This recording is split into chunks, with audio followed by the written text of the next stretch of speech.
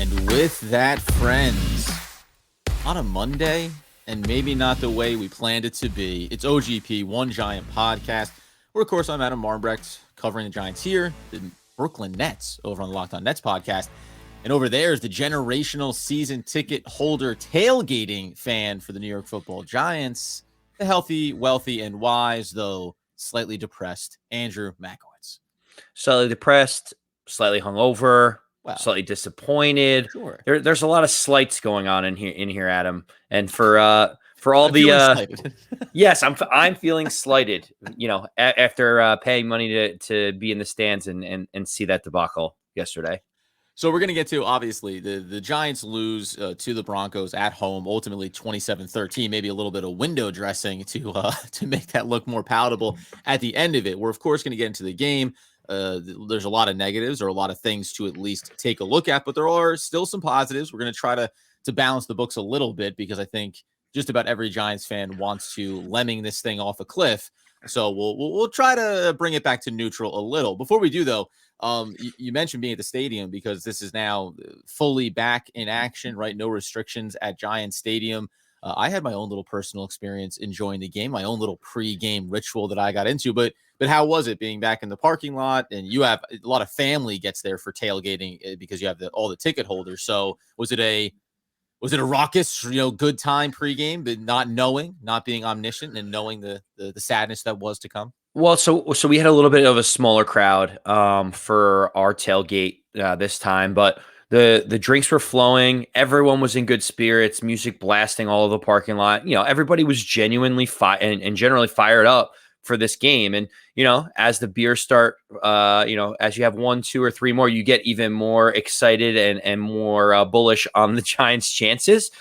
Adam, I do have a gripe about the tailgating at Giants Stadium, and I think any listeners that are out there, parking lot warriors, you think that the Giants or teams in general would try to make the fan experience throughout the duration of when you're like going to the game, getting there, parking, tailgating. It's like they forget that like people at games and concerts are in the parking lot for 4 hours beforehand. And I'll give you an example. No Wi-Fi. The Wi-Fi doesn't really even work in the stadium. There's no Wi-Fi. You know how easy it would be just like on all the Giant light posts to put like Wi-Fi extenders so everyone can get Wi-Fi out there? Genius idea. Second thing, there's no 5G data. So like we were trying to get Red Zone on one of the big screen TVs and there's no Wi-Fi. The 5G doesn't work because there's 80,000 fans that are trying to do the exact same thing that we're doing. And it's like, if you just slightly improve these things, like it would make the 3 hours beforehand, like a little bit better, right?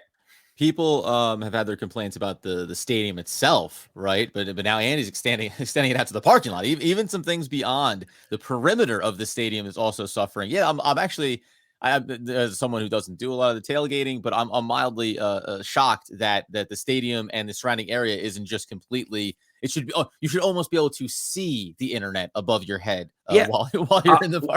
Are we in a third world country? Like, how do I not have Wi-Fi out in the parking lot? It's Adam. It's simple things like that. Even like they know that people are going to be drinking out in a parking lot for 4 hours. Why didn't they make like semi-permanent or permanent bathrooms in each section that are like actual real like structures? Instead, they have like 3 porta potties per 5,000 people. That sit off on the side of the parking lot. Like, to me, they completely are missing the fan experience, not just the second that you sit in the seat, but like there's this whole thing around it that is what Giant fans love going to the stadium for. Well, listen, they're also missing the point of the fan experience in terms of the product they're putting on the field. I'll say that I was at my apartment, but I'll just give you I'll give you the quick hits. I made seared tuna with a honey glaze. I made red pepper flake salmon in the oven. I also did a honey chipotle chicken bites along with a delicious spinach, radish, and onion with a lemon vinaigrette. I was living it. And I mean, were you watching? Were you watching Polo? What were you watching? So I started on the equestrian channel, and I did get confused briefly at the start of the day because I thought, oh yeah, we can't wait to see those Broncos get out there, and it's just something. a switch I flipped see in what my you did mind. there. But Yeah. ultimately, I got over the Giants game. Listen, I was trying to keep myself a little bit lighter, a little bit, a little bit healthier for game day. And knowing that Thursday's just around the corner. And guess what? Nighttime game. That's when the chili comes out. That's when the projector gets out on the back patio, friends, and we watch what could be even more sadness up on the big screen. That being the case, there's plenty more to come from my culinary expertise as I walk through the arts that is cooking on a football Sunday. We get into the 27-13 loss for the Giants at home to the Broncos. There's a lot to unpack. It was not great, and the 13 points comes with a last second rushing touchdown for Daniel Jones that really does put a bit of, as I say, window dressing on a pretty rough day. Um, Before we do get into the things that we want to pick apart or issues that may have been either singular in this game or ones that extrapolated out, this could be bigger picture problems for the season overall. What were some of the positives that you took out of this game? And I think I know right where you go to start. Well, tip of the cap. First thing was getting fans back in the stadium. Mhm. So Giant fans were excited. It's good to see people getting back together. The fans were loud, but A good crowd on TV. I mean, it sounded like they were into the game for the time that they could be, that yeah, the team I mean, allowed them to be. yes, exactly. Like the team was waiting every single time for something good to happen. And we talk about the good, and you got to start with Sterling Shepard. I mean, Yeah. he was clearly the best offensive player for the Giants, hands down. He looked explosive. It looked like every time they were getting him the ball, he was a playmaker. He basically looked like what I think Giant fans are hoping Kadarius Toney's going to end up being, like get the ball out in space and create. He had 7 catches, 113 yards and a touchdown. That touchdown got the fans going, and it got people saying, we're moving this thing in the right direction. If the defense keeps this up and we start taking shots downfield, man, we've got a really good chance.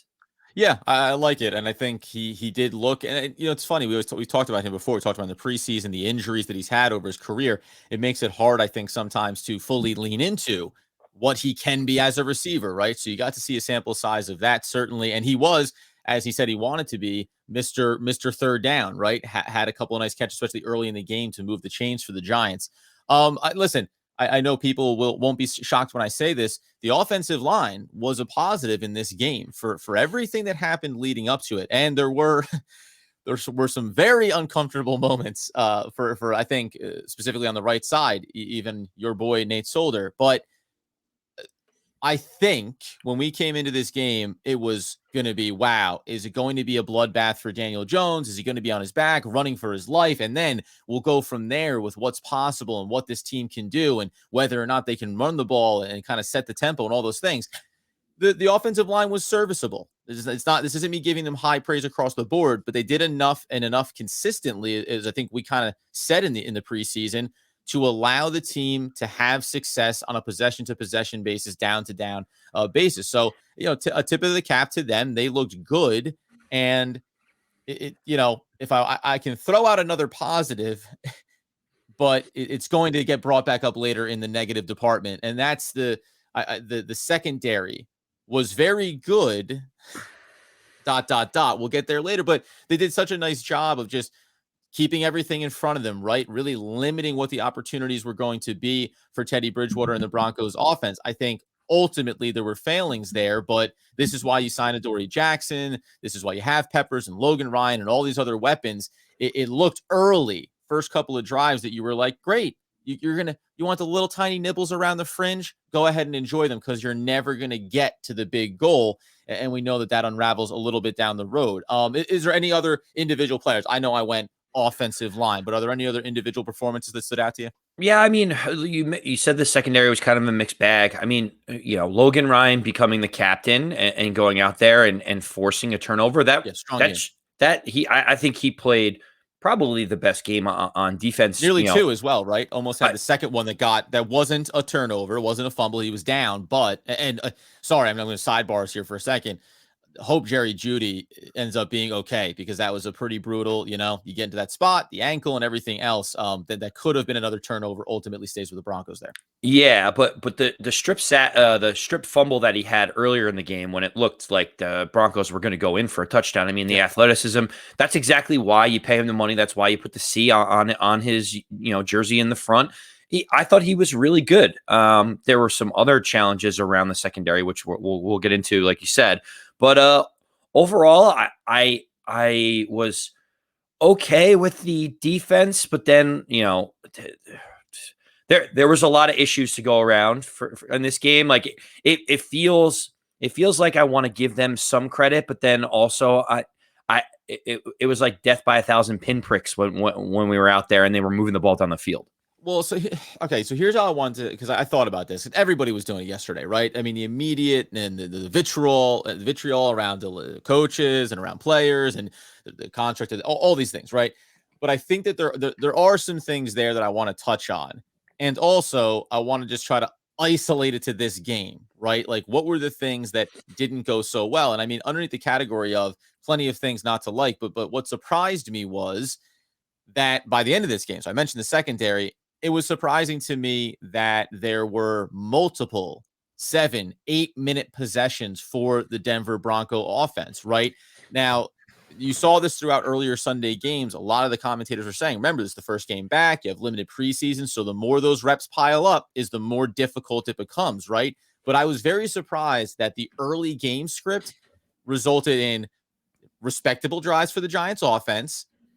And then what you would think would be, as we pointed to in the years past, right? Offense is 3 and out, 3 and out, 3 and out. The defense gets worn down. Well, the defense got worn down, but they got worn down because they couldn't get themselves off the field, right? You mentioned that turnover, but it comes in a very late in the drive. And then it's another one going into halftime with a nice drive, coming out of halftime with a nice drive, right? I was surprised to see that this defense, and maybe specifically that Patrick Graham, didn't seem to be able to manufacture some different looks or some other challenges for Teddy Bridgewater and the Broncos.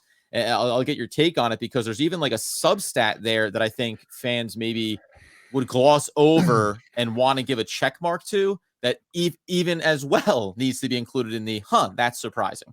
So you hit the nail on the head. I was saying the exact same thing. I was with my cousin right next to me. We were like, man, the defense can't get up. Yeah. Yeah. We basically said, the Giants can't get off the field. The defense can't get off the field. And he turned to me and he's like, yeah, but it's not the offense going 3 and out after the defense like rallies and gets them the ball back. It's they're just chunking it down the field, and it's 8, 10, 15 plays that the defense just can't seem to shake them. Listen, we're going to get into Daniel Jones's piece and his fumble and his mistake that creeps back up into this game. But I think the play or plays of the game was the Denver Broncos getting the ball back in the first half with just over 2 minutes to go in their own territory, and the Giants give up a touchdown. Yeah. And the Broncos are getting the ball back immediately at the end of the half. That, to me, felt like the turning point. The Giants are up 7-3 at that exact moment. If you get a stop, or, hey, you give up 15, 20 yards, they chuck it down the field, they get a field goal, you're winning at halftime and you feel more positive.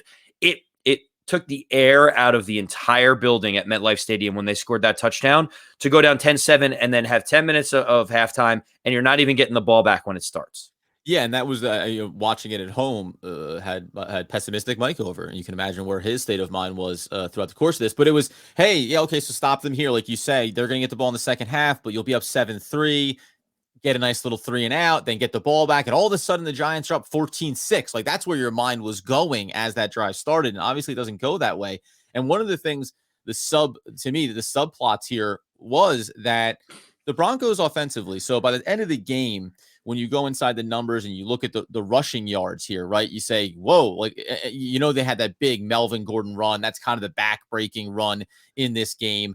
Melvin Gordon goes 11 for 101, 70-yard run that he goes there for the touchdown. But prior to that, they had amassed about, and Teddy Bridgewater ended up losing some yardage here, I think, as well. But they had amassed upwards of 90 rushing yards throughout the course of the game already between Gordon and Williams and Bridgewater. And it wasn't big numbers. They weren't big chunk plays. But the big surprise to me was that the Giants were not getting into the backfield on the defensive front, right? They were consistently finding themselves making contact 2-3 yards upfield as opposed to disrupting the play. So that surprised me on the defensive front side of it, where you have Leonard Williams, where Candace Cooper said, Dexter Lawrence, you got to be a big force, right? Like when we talk about what this team, how this team is built and what they need to check first and foremost in the game, it's punch them in the mouth, let them know these are negative plays you're going to be running here if you try to hand this ball off. Instead, it was 3-4 yards, consistent little chunks, setting up second and third down and reasonables. And then when you got into those third downs, I thought the other piece that did surprise me was, and we mentioned this about Teddy Bridgewater, like a Mr. Consistency, right?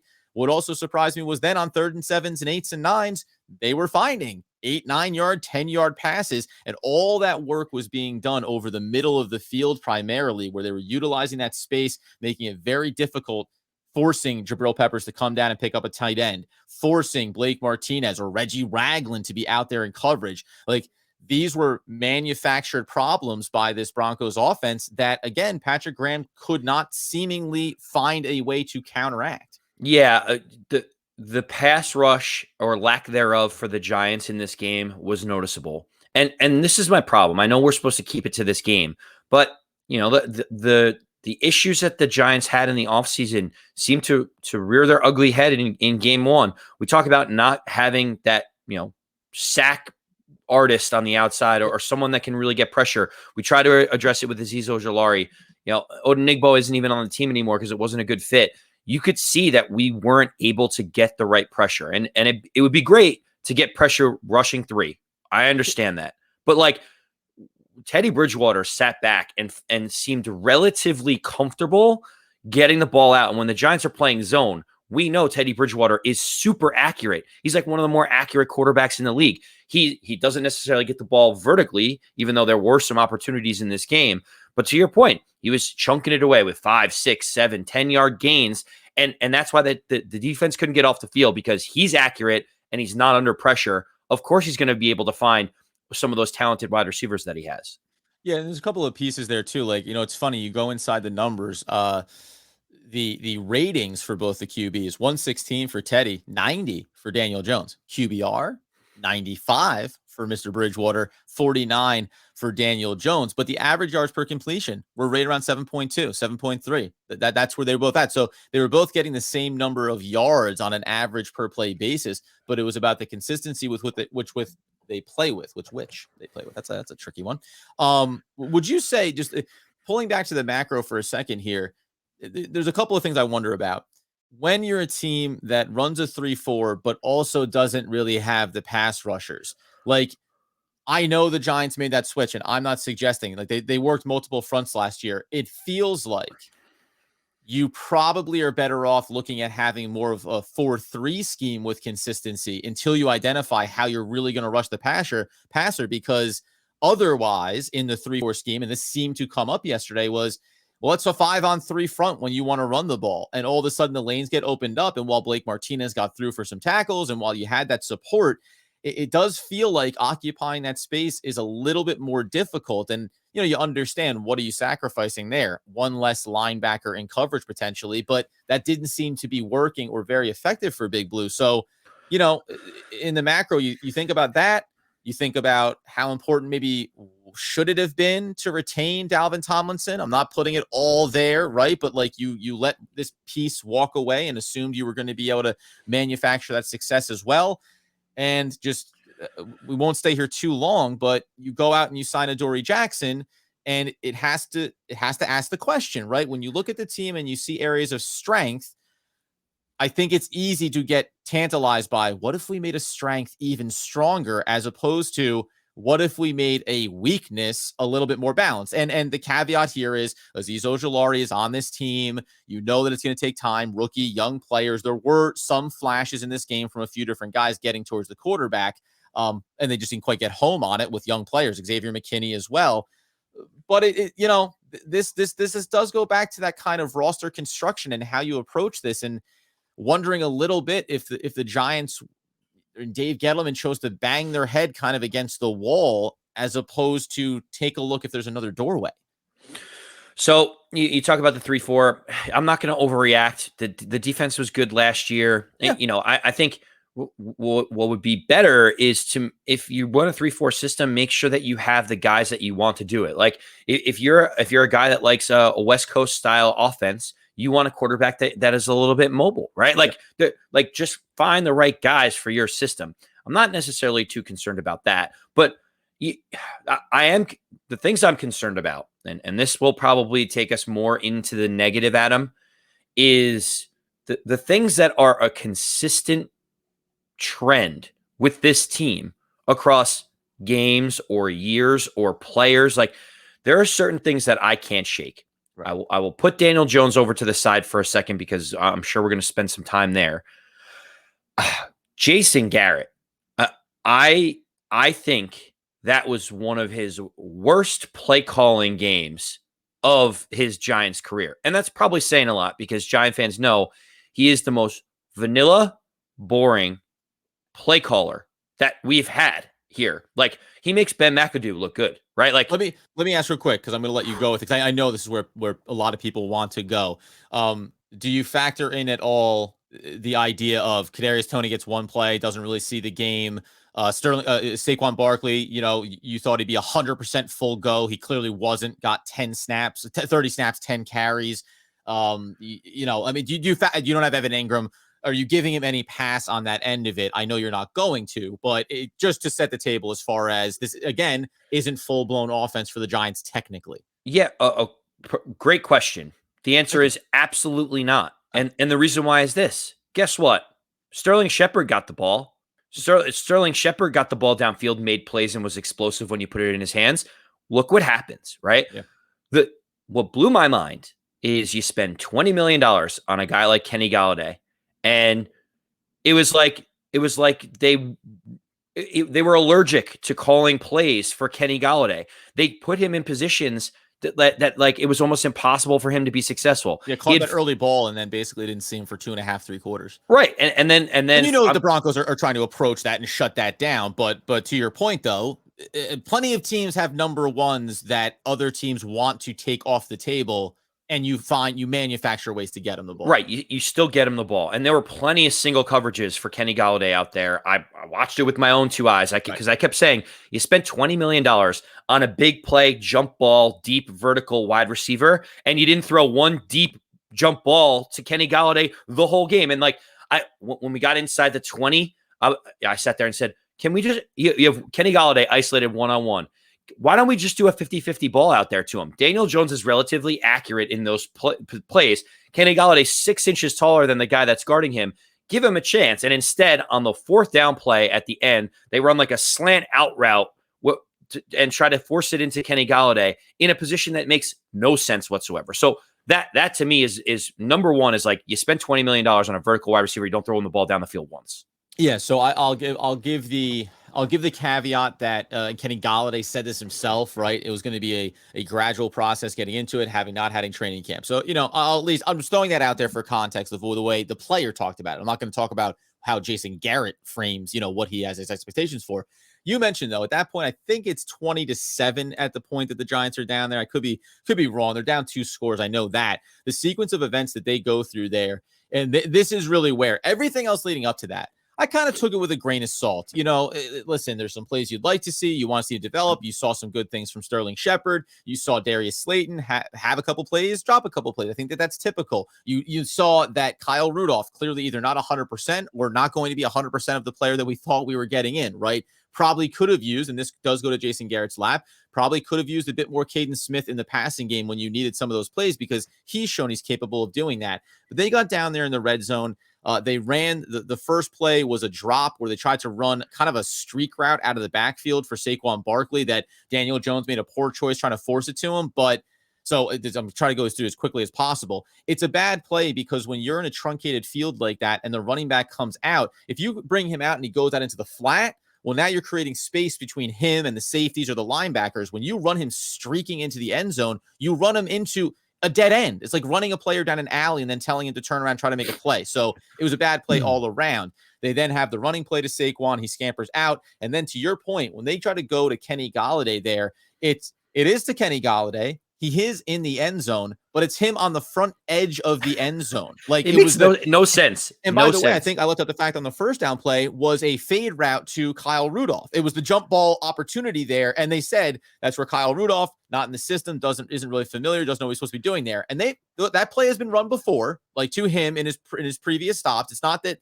it's a terrible play, but the idea that you call it and it isn't Kenny Galladay is a little bit shocking. And you only have to look to the Philadelphia Eagles game where they used Ertz to do a rub route for Devontae Smith to let him bleed out to the end zone from about the same distance. So it's like that really is where I honed in. As far as play calling from Jason Garrett, I honed in on those chunk of plays and said, this is where whatever's going on between the 20s, you can say, you're just trying to get us there, right? And to that end, you got us there. But now you're there, and this is when you need to be at your most creative. The Giants were 31st in the red zone last year, and they did not help that stat yesterday in the game. And that's what that part was really frustrating to me when you think about trying to manufacture opportunities. And it does feel like there's a little bit of a lack of creativity. I don't know what this leash looks like for Garrett. I don't know internally how they feel about it. And this is the piece where I don't want to go. Any level of real overreaction from this one game because rookie players, because not at full strength, right? I think 2 games is where I'll develop my concrete thoughts, and then 2 more games is where I'll confirm or deny that this is going in the direction it may feel like. Yeah. So listen, I can understand that we need to preach, like, everyone take a deep breath. It's never as bad as it seems, and it's never as good as the sun's shining on the days where we play well. Right. What I will say is, in a vacuum, when you look at this game, the Giants went vertical down the field on the first possession. And guess what happens? They get a 50-yard catch by Darius Slayton moving the ball down the field. And you're like, all right, we're in business. Like, this vertical threat is real, and it's going to open things up. Yep. And of course, they try to run some ridiculous reverse play on first down for Kadarius Toney that loses a bunch of yards in the backfield, pushes them out of field goal range, and they don't try a 55-yarder with Graham Gano. The play calling from that moment on was just terrible. The one other time they threw the ball down the field, it was to Sterling Shepard on a little out route for 15 yards, danced up the sideline and scored a touchdown. Adam, to me, it's inexcusable to not try to get the ball down the field when you see all the advanced metrics say that Daniel Jones throws a great deep ball. And if we're gonna say the reason why we're doing all this is because the offensive line can't hold off pressure, we got to go do something then. Because how are you supposed to evaluate Daniel Jones if you're not allowing him to do the thing that he does the best, which is get the ball down the field, make plays? He has super accurate throws when he moves it 20 yards or more down the field. He was number 1 in the league last year in deep ball accuracy. Like, how can we not get the ball down the field? It's either Daniel Jones's lack of awareness or Jason Garrett's play calling. One of the two. And I don't know which one it is, but I'm leaning toward Jason Garrett right now. Yeah, and so when we think about a little bit about Daniel Jones here, one of the elements is, you want to have the running game help set up the passing and what you want to accomplish there. There was no real running game here, and this is kind of what we feared would be the adjustment by most teams, right? You bring in a Kenny Galladay, you feel like you have all these weapons, and then you turn around and say, right, but what the defense is going to do is say, we're going to shut down one phase of the game on you. And, we'll see. A lot of it, there's some turf issues, it felt like, for a lot of Giants players, which is odd because you're at home. But Saquon Barkley didn't look like he was really planting full force, just, a little tentative. I actually liked his style of running. It wasn't quite ramped up yet. But when you think about now the Broncos say, okay, we're going to stuff this run, right? We're just not going to give you opportunities, and we're going to put you into these passing situations. Trying to get that ball down the field obviously came with, just with issues that I don't know where they fall. Because so Daniel Jones, here's the interesting thing that I took away from his day, and we're going to get to obviously the fumble here, but you can't look past the fumble, obviously. But this idea that everyone's going to come out and say, well, there you go. Right now, here's my thing. If Daniel Jones, and by the way, he had another handful of runs after that, and he looked good doing it, and I could make the case that Jason Garrett should have been using him running the ball sooner in the game. Who knows? Maybe he would have fumbled it 3 times. But, take off the shackles, let this guy play, and if it's going to be bad, it's going to be bad, but at least maybe the high notes are going to be that much better for you. He was 12 of 18 at one point in this game. before things really for the team started to unravel. He went 10 of 19 over the remainder of the game, right? And this is where I think his day ends up looking very pedestrian. 267, 22 of 37, only completes 59% of his passes. Everything ends up looking really vanilla by the end of it because he spends the last quarter trying to it's pure passing. There's no running plays. You're trying to get anything to do to get back in the game, etc. So I actually thought just before he fumbled that ball that it was a good game for him, that he was doing exactly what you wanted him to do. And I'm not excusing the fumble, because the reality for Daniel Jones is, if one of the things you do well, which is run, cannot be utilized because the other thing you don't do well is protect the ball. He wasn't hit hard. It was just, No. you just can't run. So if we have to think about you as an athletic pocket passer, well, that mitigates some of your value. And then if you have an offensive coordinator that isn't going to be able to lean into or doesn't feel confident leaning into the deep ball, get vertical kind of mentality, all of a sudden Daniel Jones just kind of becomes, I don't know, you love him to become what? Chad Pennington? You know what I mean? Like you're restricting him so much. And this is a part of it is on Daniel Jones. If you can't run the ball and then still maintain possession of it, that's a problem, because the holes are there. The opportunity's there to pick up little chunk plays, and we can't rely on you to do it. Well, the problem is that the turnovers aren't happening from one particular situation with Daniel Jones. That's the big concerning thing for me. Yeah. I know it's the preseason, but you look at the last preseason game. They're on the 1 yard line. He rolls out and throws an inexcusable pick, right? This one, he's at the 22 yard line. He runs for 7 yards. He's in the red zone, doesn't protect the football. A lot and of I his want to other go negative. He had a couple. He had the play when he went for Saquon Barkley that got tipped away by the secondary. Could have been a pick. There was a nut, maybe one. Those are and this happens in every game for every quarterback. Right. But this could have been a 2 interception fumble day for Daniel Jones. Yeah, and then in the pocket, people talk about his pocket awareness is where he generally fumbles the ball, not even using his feet. So you're talking about 3 different ways that he's turning the ball over. And again, Adam, it's not tunnel that vision on some receivers as well. Yes. Got to acknowledge that. Like he looks to his first route, but he gets to the second one. He likes it, and he waits to get that pass off. So I mean, I am here to criticize him. This is not a Daniel Jones defense. So what I don't understand is we talk about the play calling. When they do the 2-minute drill and they do the no huddle, you start to feel a little bit more momentum with this team. Yeah. I think it helps Daniel Jones not really overthink each play. It's like, oh, I got to get to the line. Oh, I got to do my reads. I got to get to the next play and the next play. And you start to get in a rhythm. They only ran the 2-minute drill once for mop-up time, right? It's like, why are we not exploring these other options and getting more creative? It felt like play calling wise, we were trying to just hang in the game and hope to make a play at the end of it and try not to lose, as opposed to go out and win the game. And that's really where I get frustrated. It's because Daniel Jones's turnover wasn't them trying to take a shot deep. It wasn't like getting creative on offense that caused us to do this. It was just a run of the mill play of the game. Avoid pressure. I need us to be more creative and not be afraid to try to go get the victory, as opposed to, well, let's keep it like 7-7 at home against a 5-11 team going into the fourth quarter. Like, that can't be the mentality that we have if we want to win games. And this is that the chicken or the egg thing around Jason Garrett, right? It's like, is it Jason Garrett and his lack of creativity, or is it Jason Garrett knowing that when I try to get creative, Daniel Jones is more likely to do something and get, a fumble, have an interception, and put us in a bad hole? So that's, I think, what the offensive side of the ball is dealing with right now. There's this spectrum of things, right? Again, so week 1, and I think what's funny is you and I talked about, like, there's any number of ways that this game could go on Sunday, and you could feel good or bad in a win or a loss depending on how things looked. That wasn't one of the ones. That was not one of the ways where the defense surrenders drive after drive with consistency, where Teddy Bridgewater is completing 80% of his passes, where the offensive line for the Giants looks okay, but we still don't score points. Like, it was the perfect combination of all of these elements that still leave you then going, like, again, it only takes one better drive by the offense in the game, or one successful drive, take away the fumble, put 3 points on the board even, and it changes how the Broncos approach it. But Pessimistic Mike said this while we were watching, man. There was a sense of the Broncos didn't fear what the Giants were going to do defensively or offensively, right? They were making all their choices going forward at midfield on a fourth down. Like all their decision making was based on themselves and how they felt about what they were able to do.